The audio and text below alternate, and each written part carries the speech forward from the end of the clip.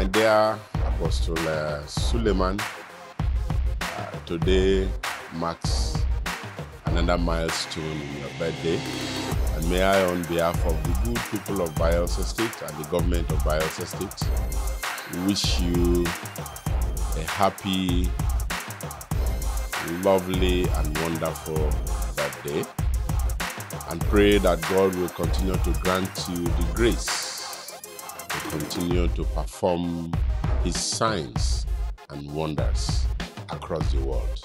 Once again, happy birthday.